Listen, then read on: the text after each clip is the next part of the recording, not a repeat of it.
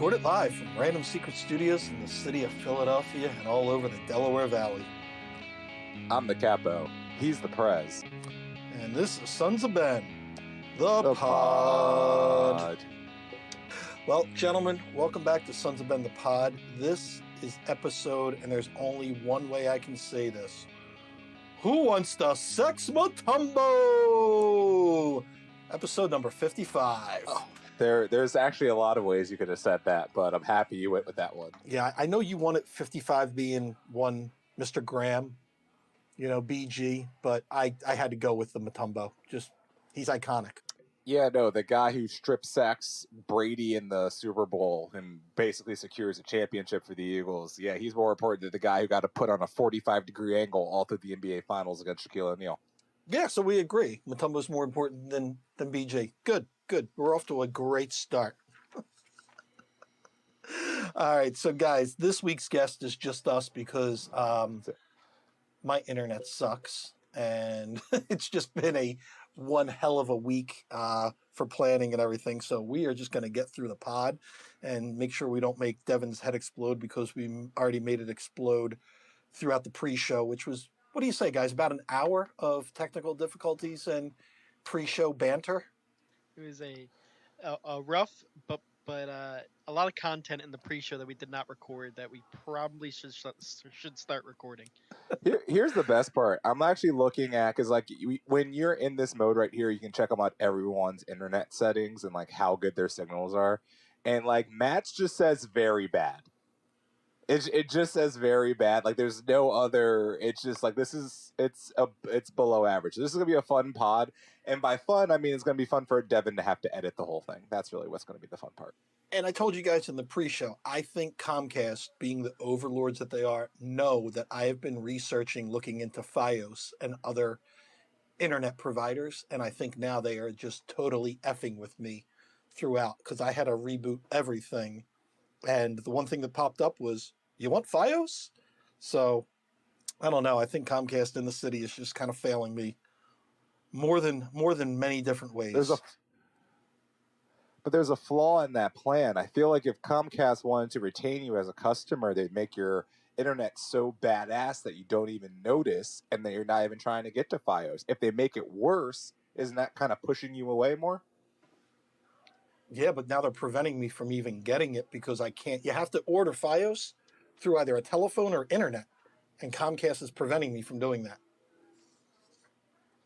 Look, as a person who wants to eventually get a deal done with the Fusion, I'm not going to crap on our Comcast overlords. They're a great company that provides a lot to the city of Philadelphia, and please don't sue me eventually. But yeah, look, I'm sorry that the internet has been particularly bad. I'm not saying mine has been even that great either, so I feel your pain. Now, speaking of great companies, we can talk about Yards, 2SP, and the Larimer, because those are great companies that support us, and you should support them, because after my Comcast debacle, I am on the Yards first draft, which is, I think it was their Christmas beer, but hazy double IPA for a Saturday morning, it's just kind of getting the job done. Quick question. I have one Mad Elf still left in my refrigerator. Is it socially acceptable to drink it? Yes. It's February. Okay. Mad Elf will age.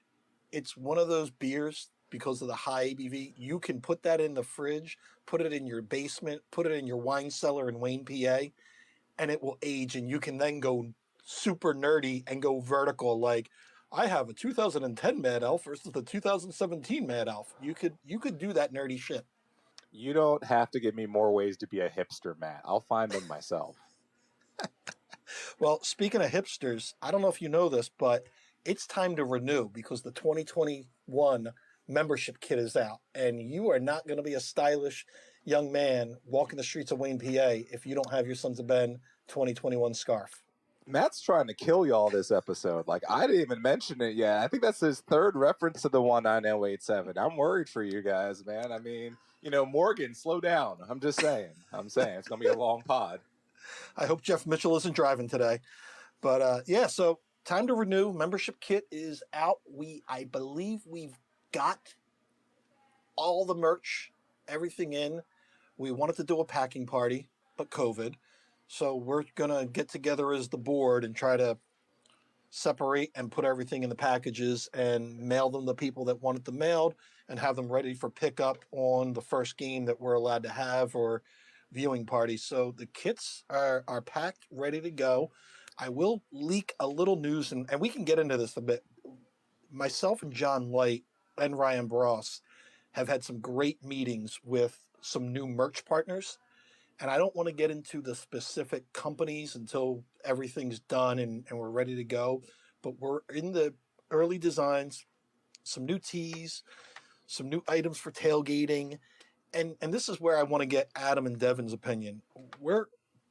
It ain't a secret. We're working on Sons of Ben hats, classic baseball hats. And this has been the debate, and I don't know where to go. So the hat company's going to be giving us some options, and the options that we've been fighting about are the classic, what I call dad hat, curved brim, the classic looking baseball hat, versus the flat brim snapback hat.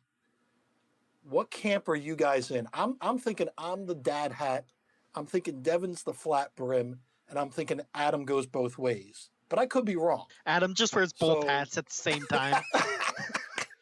Look, I mean, sometimes you got moods, I don't feel like to confine myself to one team is a bit limiting, in my opinion. Now, ultimately, I actually, as a person who wore a actual Crocodile Dundee hat for an entire season, we can be versatile with this. We can go a lot of different ways with this. But, I mean, above all, I think we should, just give everyone the options and give everyone, the ability to feel how they feel here. But that being said, flat brims all day.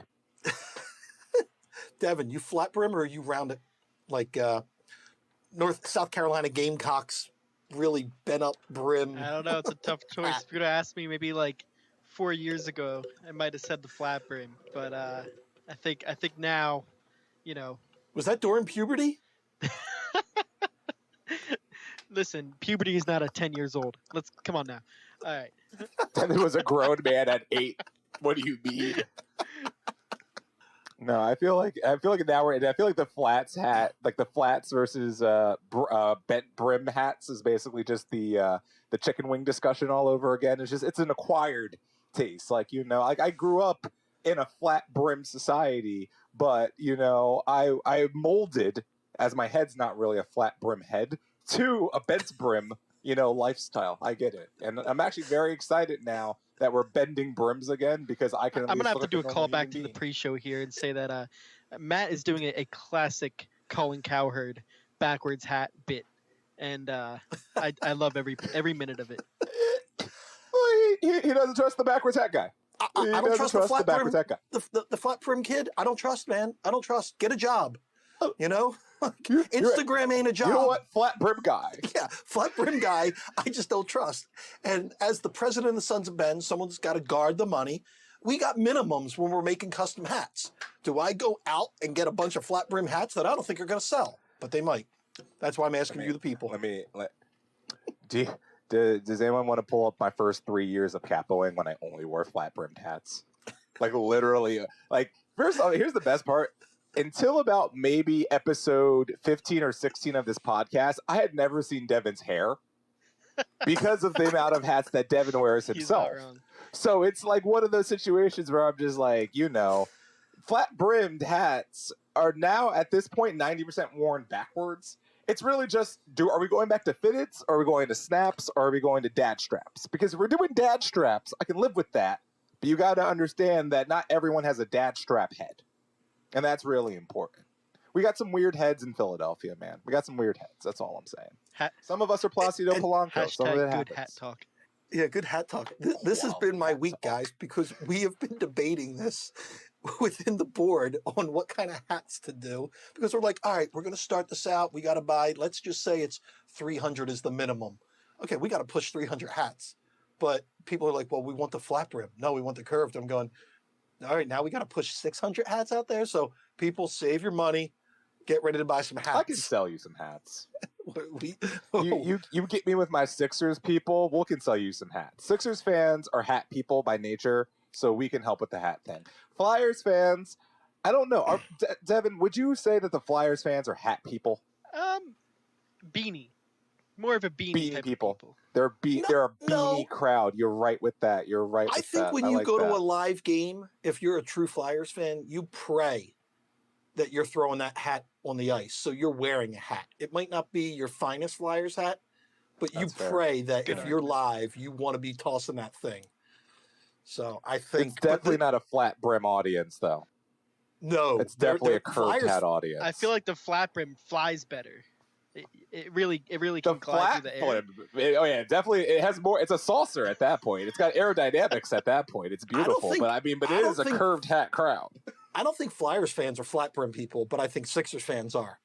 Sixers fans are 1,000% flat brimmed people, and even the dude who's wearing his jersey over his like button down, tailored shirt because he just got off of work prior and had to throw on his Iverson throwback that happened to be in the car that day.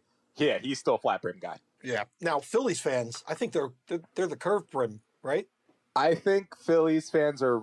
I think that's a wash. I think because baseball is a hat game. It is the hat game of all games. It is they call them baseball caps for a reason. So I think baseball fans are a wash. Just headgear in general is a baseball thing. And as you guys know, when we plan merch, I always think like, okay, what would a Devin wear? And then I think, oh, what would like my 77-year-old father wear? And I am having an internal debate with myself that I think my dad will buy the flat brim one and then try to crush and mold it himself to be a curved brim. That's what I'm thinking he's going to do. That is a hat right there. Adam Booth showing up with the I don't even know what to call it. What would you call that, man? It's like that's a batter's hat. That's a batter's helmet. It is. Did you get ice cream with that no though? ear flaps? You would think. No, this is what I can only call is a especially since the glasses I'm wearing at this moment, it's a Gary Maddox style baseball batting helmet from like the 1980s. That and I mean it's completely plastic. You look like Bake McBride. All you were missing is the big pick that he had. Like you look like Devin. Look up Bake McBride, 1980s Phillies.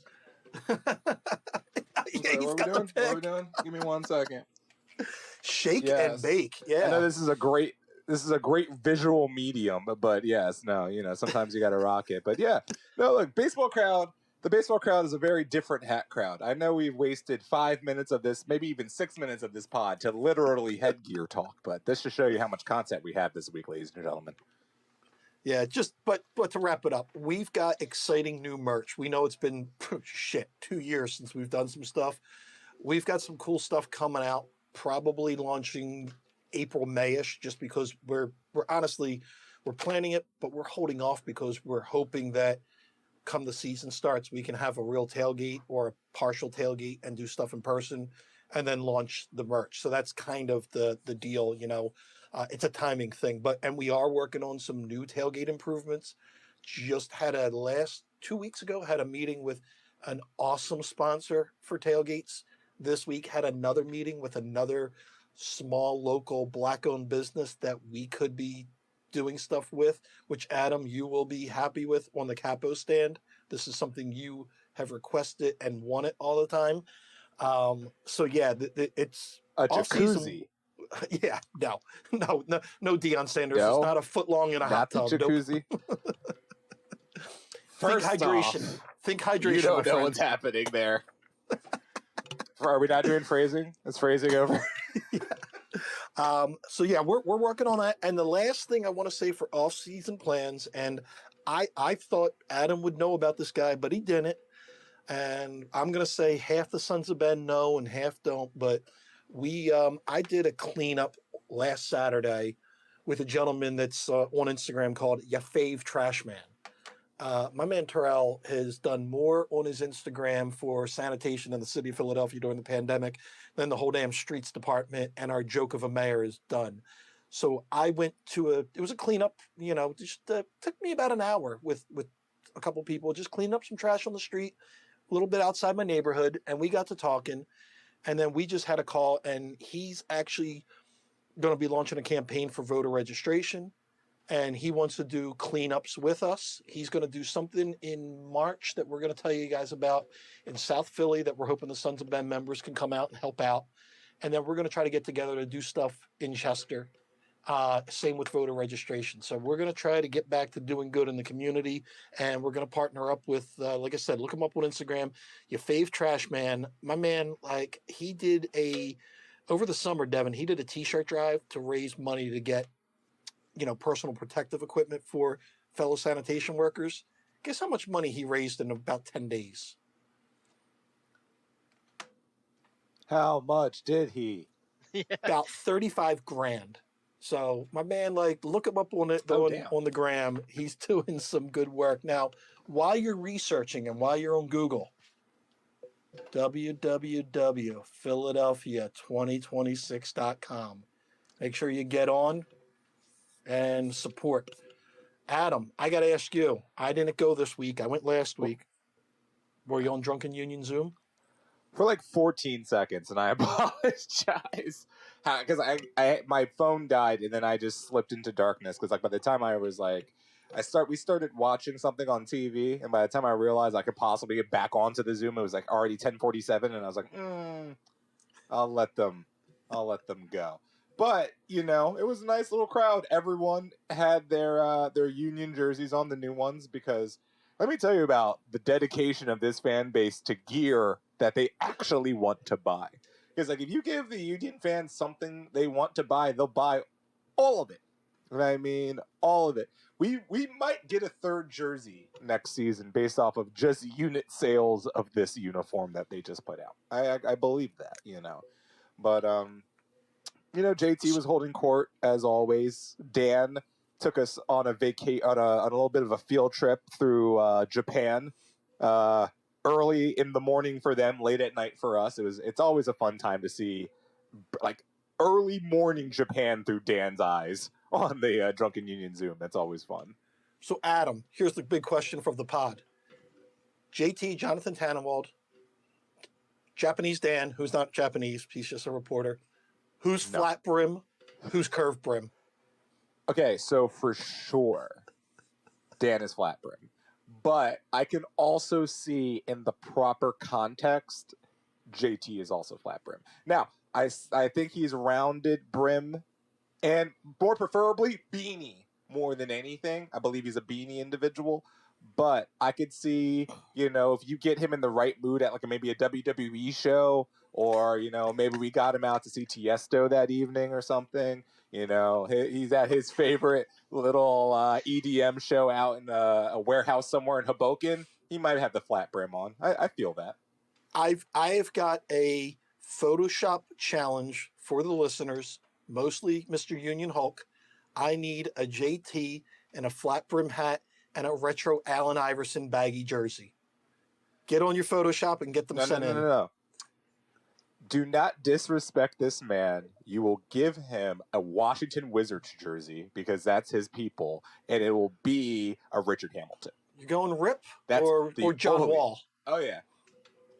See, because here's the thing: there's no Wizard that's good enough outside of Jordan to put on a jersey. Truly, now you want to go back to the Bullets era? We could talk about a couple of individuals, but there's no Wizards that are deserving of getting throwback jerseys, except maybe Gilbert Arenas, and only because he brought a gun into a locker room. All right. Now, speaking of guns in locker rooms, that's a level of street cred. Yeah, Devin. Speaking of bringing weapons into locker rooms, how's that Discord going? Because I just imagine the Discord is nothing but the dark web. See, I don't think that one worked for you. Hold on, Devin. 5 minutes ago, Matt may have had one of his greatest transitions ever. Like when he was trying to get us to get on there about the World Cup, that was an amazing transition. I actually wanted to applaud that. And I want to say that what he just did was top 5 on the bottom of the list. I don't even know how. That was a train wreck How? of a transition. It was so bad. Listen, It stopped the pod. It literally they stopped are the not- pod. they are not all home runs. Sometimes you foul tip. Sometimes you swing and you miss. You hit Okay. someone in the audience with the foul ball. You hit a little girl in the audience with that foul ball. You are the reason why we're extending the nets. Is that why that foul ball was? Hey, speaking of that, pitchers and catchers report. Look at that. There it is. Wow, there it is. that's a transition. There That's a it ground is. rule I'm here double for right that. there. Yeah, see? Oh. Now I quit. Thank you guys for your time. Oh, Lord. There's only so many Devin, dad jokes I can take. tell us about that Discord action. Discord's great. It is still pinned on the top of the Twitter if you are not in the Discord yet, which I'm sure. I find it hard to believe that you are listening to this podcast and you are not in the Discord. But if you're not, go to the Twitter. It's pinned on there. Join the Discord. Mom, you don't have to go to the Discord. I promise. You can. Yeah, Dad, you don't have to go. It's all right. You Don't do it, know, Uncle Bill. Don't do Now, it. my father, yes, you must go to the Discord server. I need to see Christopher Gladstone up in there mixing it up. That's what I need to see. No, that's old school. All right, guys, we got a little Union news. So let's go with the big news, the really important, what everyone's been talking about on the internet. Your goalie, Andre Blake, opened up a sports bar in Jamaica. Did you guys see that? Yo, I saw that. I am hyped for him. I thought it was in Delaware. I was actually a little disappointed because I was hoping I could have gone to it myself. But then I realized that was when he said the word parish, I was like, oh, he's talking about Jamaica. He's not talking about anywhere that's local. But that's dope. I mean, that's what it. I mean, that's the dream. Wasn't that the dream of every athlete in like the 1984 was to open up a sports bar? There's that one who's the guy who does the color commentary for the Knicks? He has one in Manhattan and I love it. It's Walt Frazier. Walt Frazier has a steakhouse. That stuff's great. I love when these guys do this stuff. So kudos to Andre Blake, bringing stuff to the community. Yeah, no, and shout out to Brotherly Game because they linked the YouTube interview that he did with the local media there, and you got an inside look at it and everything. And I mean, it was just like, I was like, man, I want to go. And then I kind of looked on the map where it was. I go, yeah, I don't think I'm going to that part of Jamaica ever in my life, but we'll see. If Dre invites us, we can do a live pod. Can we do a live pod from that? Look, his internet's got to be better than mine. Technically, his internet's 1,000% better than yours. But no, I mean, I still have family on not that part of the island of Jamaica. So, maybe I could talk to the distant cousin Booths with an E on the end and we can get something going. Who knows? That's what I want to see. And then here's the news that Devin wanted us to lead with. And so we'll let him go. Apparently, we have a 25-year-old Scottish left-footed center back heading our way. Stuart Finlay. Devin, I'm going to let you talk about him because all I know is that he's 25 and he kicks with his left foot. And he's from Scotland. What you got on him? Well, I am in the same boat as you. So here we are. This is a fantastic podcast content here. No, I will say that, we did interview a certain man from the Scottish Academy on the podcast. I wonder if that had any influence on the decision to buy, a Scottish center back. Yeah, the funny thing is, I know at first, I guess there was the Sun over in Scotland leaked it, and they're usually like wrong more times than they're not. So we're thinking, the agent or his sister or somebody leaked the story, and then it comes out, and then you get a couple of people like, 25 years old coming from Europe, he can't be that good, blah blah blah blah blah. But keep in mind, this time last year, we were pulling a guy from Norway. And we're like, oh, great. And that worked out. So I'm still on the in Ernst we trust. So I'm okay with this. And let's be honest, he's probably just backing up those two guys. He's going to back up. Oh, yeah. Back up Jacob and a Scottish national. Yeah, in he becomes the Jack third Elliott, back. And yeah. the one thing with transfers as a whole is like everybody's kind of still on their toes, expecting some sort of large transfer. Not even a large transfer, but I mean something more than a center back from Scotland, you know. But uh, there's so many factors that play into that. With obviously with like the lockout was still looming when the transfer window was open, and obviously COVID plays a huge factor into it as well. And I think, you know, I don't think we should have our expectations too high that we're going to be bringing in too many other guys in this window, you know. And I think it's more important to say this window because I don't believe that if there's something resembling a summer window, you're not going to see the union probably make some moves that way. It feels to me that this is a let's see what we have here and then let's plug holes in the ship when we, find them. If we realize that our creation isn't the same without Aronson at the number 10, let's find that. If we feel like because here's the thing, we got 4 strikers still on this roster. So it's like if one of these guys isn't at the top of their level, let's find the guy who's going to be there. There's a lot of individuals that can now do this. Do you want to put Montero at the 10 and say now you're the play creator? Do you want to bring in a guy like Fontana and say now you're starting? Now you're here to create goals? What's Corey Burke? Is he coming off the bench? Is he starting because Casper had a dip in form last year? There's options for what you already have, and also I'm not really looking to see that the academy guys that you just signed are going to make that huge of an impact immediately. I'm hoping they don't have to, but I think that that's I the mean, short term. and we're just going to get into the schedule. We know when we're playing for Champions League. We know that the season's starting in April, but I think the young guys are going to be important because we go Champions League in Costa Rica, we go back home the next Wednesday. So that's like Wednesday the 7th, Wednesday the 14th, and then the very next weekend is our home or MLS opener. We're going to have game upon game upon game where I think we might be leaning on these young legs to do stuff. Am I thinking all 5 of these kids are going to get a lot of time? No, but I think 1 or 2 are going to be every other game 40 minutes, like subbing in, helping out. Because we talked about it before. You can't have Ali Bedoya at his age playing the amount of minutes and the amount of miles he puts on his legs during all these games this year. And I mean, I was going to get into it. We don't even know what's going on with the Open Cup. I don't think they announced what teams. Is it going to be the teams that aren't in Champions League, or it's going to be the teams that are in Champions League representing for the Open Cup? Because does that just then pile on the amount of games that the Union are going to play this year? So like in my deepest, I would like the Union to play the Open Cup because I want to win that thing, and I think in this moment, this is a very strong Union team to do that.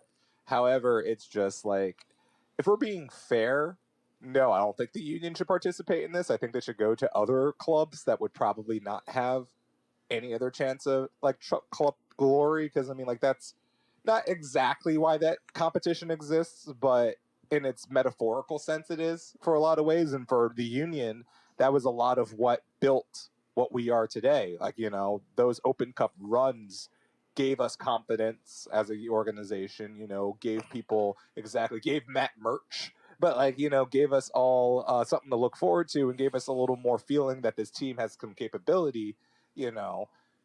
Like imagine if it was just Union regular form up until last year. We didn't have Open Cup out competitions before that. The disenfranchisement we would have with this franchise, the disenfranchisement we'd have with this franchise, that's a sentence, would be top level. We would be so disillusioned by everything about this club. Long story short, I hope they send it. I hope they give it to everybody who sucked last year. I hope all the teams that participated were the bottom of the league, so they make it at least interesting. I'm going the opposite. You sucked. You sucked. You sucked. You don't get to the Open Cup. We're good. We want the cup. Done. Listen to me, Hunt people. Listen to me. Let the Union in for the Open Cup. Devin, any thoughts on that? No thoughts on that, but before we move off of the transfer news, I do want to I want to throw out, I don't know if you guys saw this on Twitter. It was a good bit of content. There was a Twitter report about a Orvec sale to a Brazilian team for 2.2 million. Just popped up on Twitter out of nowhere with some Brazilian Twitter account in Spanish. We didn't really know too much what was going on there. This went on for What? a. Wait, I'm gonna stop you, Devin. What I'm language sorry, do they dude. speak in Brazil? Hold on. It's there somewhere. Is it Portuguese? Oh, There it is. that's the Okay. one, I'm Devin. glad. I'm glad There it we. is. Okay, continue. I'm glad we settled this. Look, look. I'm just saying there might be someone My listening. bad. And But so there was a report on Twitter. It went around the Union Twitterverse for a little while. It was a sale for 2.2 million, and nobody could understand how that even came about. And it's like, how did Ernst even pull that one off, selling a guy that has not even played for the Union for 2.2 million? A few days later, this Twitter account posts that they are a Twitter account that follows a team on an online soccer manager video game and mocks up this whole Twitter account with all kinds of media and everything surrounding this team, and just puts out these tweets that these players have transferred to this team. And it was the most interesting piece of Union Twitter uh, ad- um, insider knowledge that I have ever seen. This is I this love is it. what you should have I covered adore under it. the This is the Discord. best. This is the stuff that I think happens on the Discord that you guys do a deep dive This into. is Like, this is exactly what happens. No, how thirsty is this fan base? How absolutely thirsty is this fan base? And everyone was just like just the logistics of this entire thing was just ridiculous. I saw this thing come across my Twitter feed like 15 times. Like, wow, man, Ertz really pulled off a how the hell? I'm like, no, how the hell Yeah. did he do that exactly? How on God's green earth The is that a bad part is possibility? the account let this go on for a few days. It was like 3 or 4 days after this thing got a bunch of retweets and comments and everything, and he's like, "Oh, yeah, this is just about a video game. Sorry, this is not." Yeah, Sorry, sorry, Union guys. fans, not to shit on your day. No, that to me is the funniest thing, and I'm now going to start an entire social media campaign Oh for my my FIFA gosh. 20 team, my rendition of the Philadelphia. I'm gonna start my whole, and I can't wait to be check marked and verified after my club makes it to the Club World Cup. You know, it's gonna be great. No, this is That's if nothing I is love more it. union I than love it. that. That is like the most union thing. No, it is even when the Union are at like their most successful point, we are still mom and popping it, and I love it. now, Adam, you were just talking about how thirsty Union fans are. I got a question for you. So thirsty. Could there be Yes, sir. another fan base, or at least that their front office thinks that their fans are thirstier than Union fans? And I'm looking at Charlotte right now. Devin, I'm going to let you take this away. Charlotte released their season ticket pricing, I believe. Do they think everybody hit the Powerball down there, or are they just so thirsty for some unknown Charlotte soccer that they decided to announce these ticketing pricing? Hang on, I just want to pull up the prices here because I want this is just completely absurd. What they are doing right now for a new team coming into the league that kind of needs people to follow the club and needs more of a. And here's the they got no buzz. Like they actually have no like I keep forgetting Charlotte's coming into MLS. So like this is something where it's like I'm actively a person who knows, hey, you know, Austin's going to be here real soon. St. Louis is coming, Sacramento is coming. I'm like, "Oh yeah, Charlotte is also a thing." So this to what Charlotte is trying to do right now with their season ticket holders and with the pricing and what they're going to try to do with these seats in a football stadium that they don't even own in the first place. Look, man, I am the word disappointment is thrown around so loosely, but this is not how you grow the game, people. And I would believe when Devin explains to you what's about to happen, they're going to have some retractions coming on. This ain't going to be what the If final this situation stands, is. it is absolutely insane. And so the thing around it, so their supporters group, which is kind of a front office run supporters group in the first place, but it is what it is.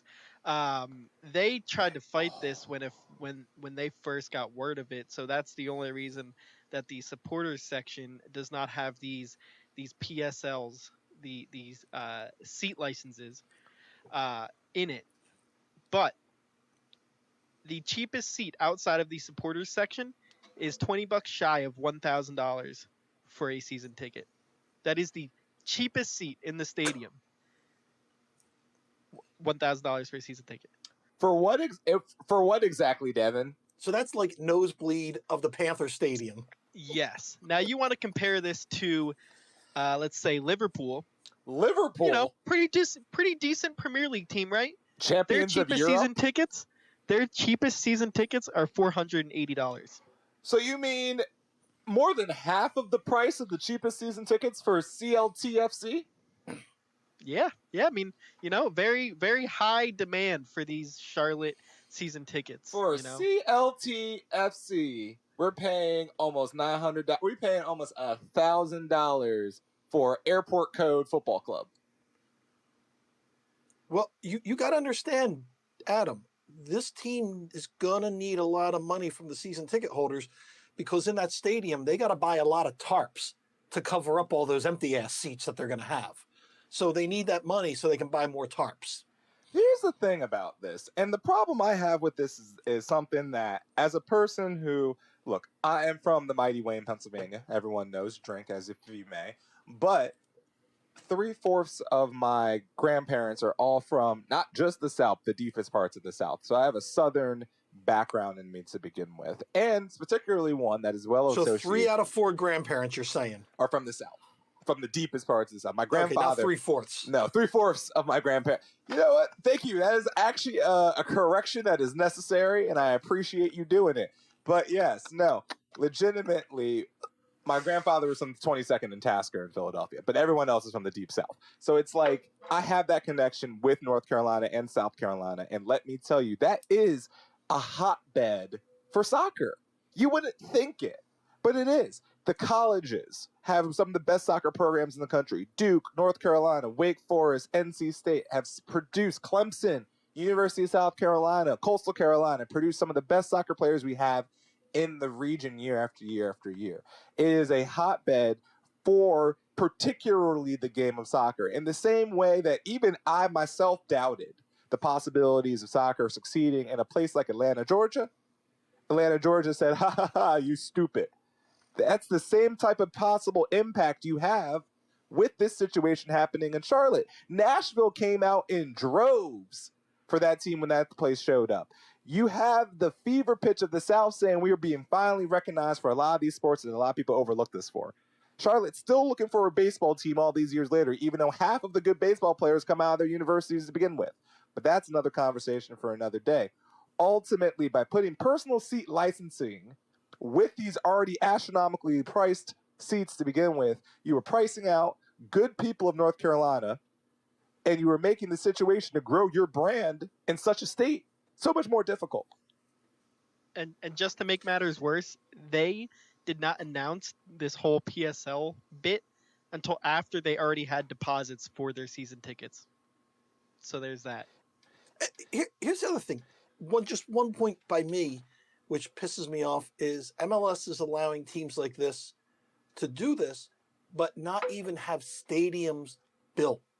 Right now, they are letting the former owner of the Columbus Crew move down to Austin, and he looks like he is a freaking genius and one of the best owners in the league, where we know he sucks. But at least he's doing it right. But now Charlotte's coming in, Nashville, Atlanta I can at least excuse because I feel that stadium's a half and half stadium. But all these other teams are coming in. I'm looking at Miami right now. Where's your new stadium? You've known about this team for how long? And let's not forget the New York Yankees up there that still don't have a goddamn stadium. How is this happening in this league? How are you letting rich ass people own franchises in your league and not saying, you know what? You know, Wawa wouldn't let you do that. 7-Eleven wouldn't let you open up a store without having a fucking building built.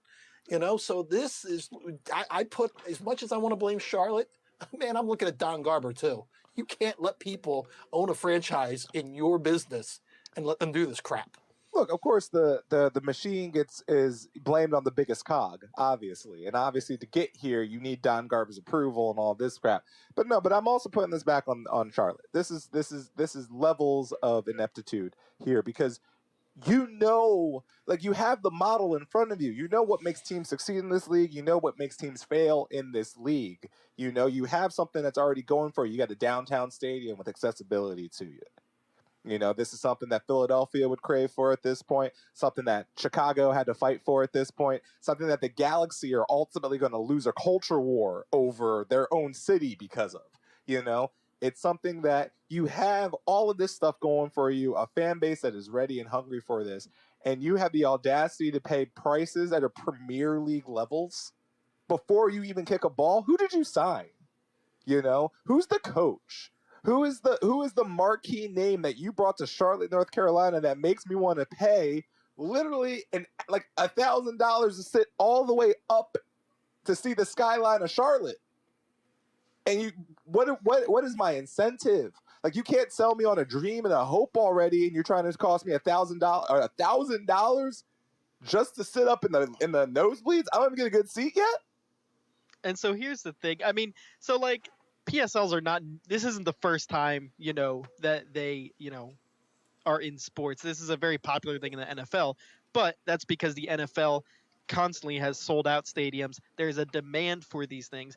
The PSL is almost an investment where the value of it can go up and down depending on the demand of the license. And there's licenses in NFL that go for thousands of dollars. I mean, but it's a whole nother beast because there's a demand for it. Those stadiums are sold out every week, in and out every week. You bring that to Charlotte, where you need to build a fan base, and you're not going to build a fan base that way. You don't even need to build the fan base. You just need to make sure the fan base ain't pissed off before you kick the first ball. Yeah. You know, like it's 2021. Fans and players have more say in sports than they've ever had. And it just seems so ridiculous to me that these teams still believe that they can get away with this crap. Like, look, David Beckham's going to smile and wink at us, and we're going to let him do whatever the hell he wants. So Miami will take their damn time, and we're just going to have to deal with it, even to the point if they put Qatar on their damn front of their jerseys, even though, all their human rights violations. But that's another conversation for another day entirely. Look, I think the people down in Austin, outside of Mr. McConaughey, because I don't know how much he had to do with this, but yeah, they are total assholes for what they did to the city of Columbus in every stretch of the imagination. They are also doing it the right way when bringing a team into MLS now.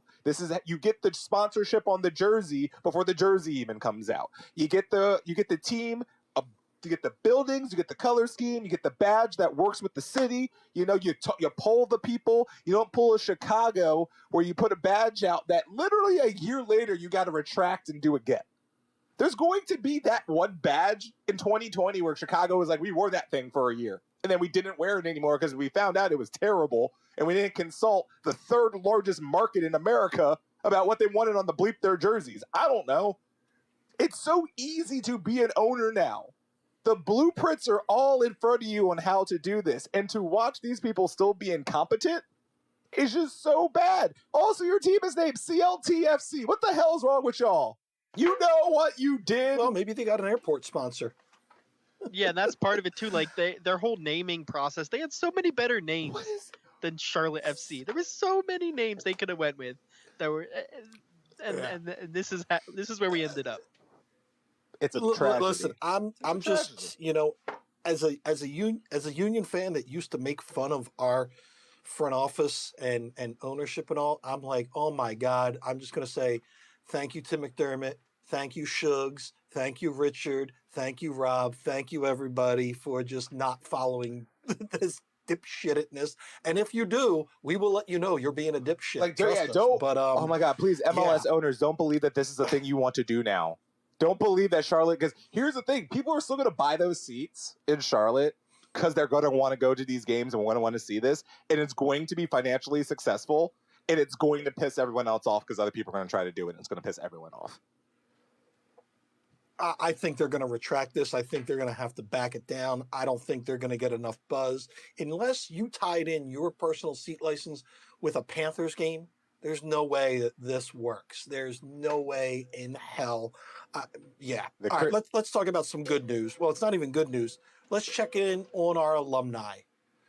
My Flemish app told me that Mark got a start, so that was good. And then my Austrian app and my access to cbsaccess.com, whatever the hell it was, I got to see a little bit of our man Brendan Aronson play. They lost in the Euros. He got in. He looked good, but he was subbed out, I want to say, about the 58th minute.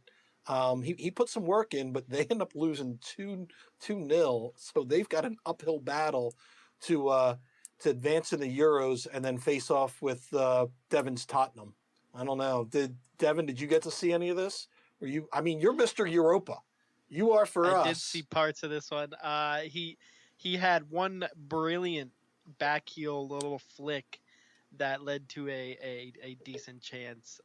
And he played a decent game. But yeah, like you said, he wasn't subbed out because he was playing a bad game. They were trying to just change things up. They were down 2-0 at the time, so yeah, it is what it is. Now they're down 2-0. They were at home, so it's 2 away goals.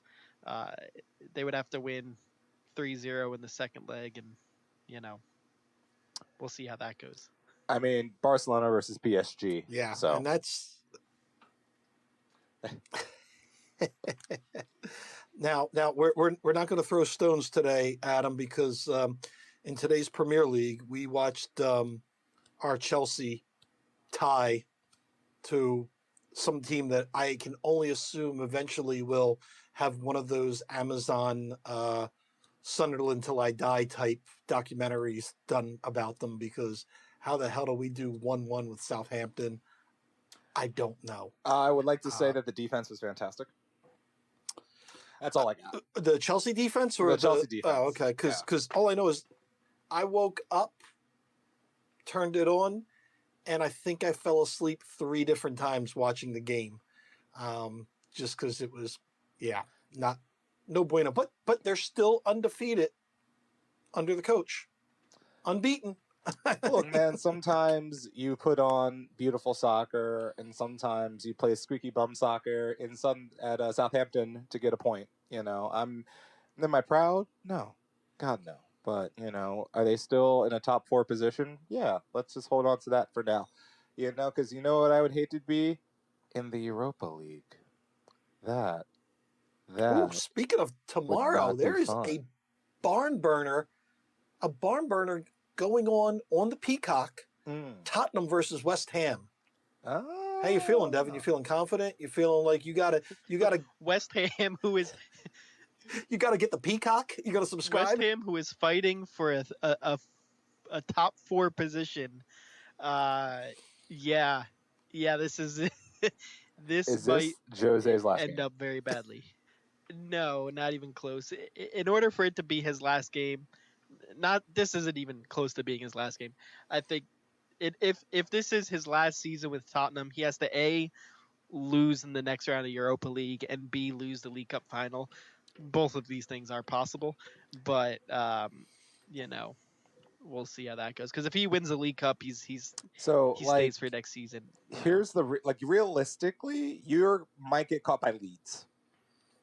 I just wanna throw that out there. It's not a great position in the table. And look, Manchester City is gonna win the league. I think we are gonna resign to that sooner rather than later, because they just seem to be another juggernaut. They're like, okay, Liverpool, that was fun for that 1 year you had it. Now it's back to us being Manchester City.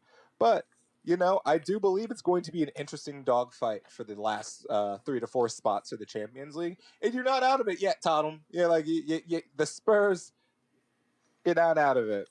No, we are not out of it. No, West Ham is literally neither is a West point Ham, though. So if you we as Chelsea fans almost are rooting for you tomorrow, because then we don't get leaped. Good. It's a weird feeling. A little bit. We are. It feels dirty, but that's all right. We've been known to get into the mud. Devin, do we have anything left in housekeeping, or are we wrapping up just like Matumbo's career? Like I several think years we ago, are pretty good. we finished this Yeah, podcast well, in you like know, listen. 2014. Hey, his commercials are still legendary. Don't you worry. All right, guys. Well, ladies and gentlemen, thank you for joining us for episode number Dikembe, Who Wants to Sex Matumbo?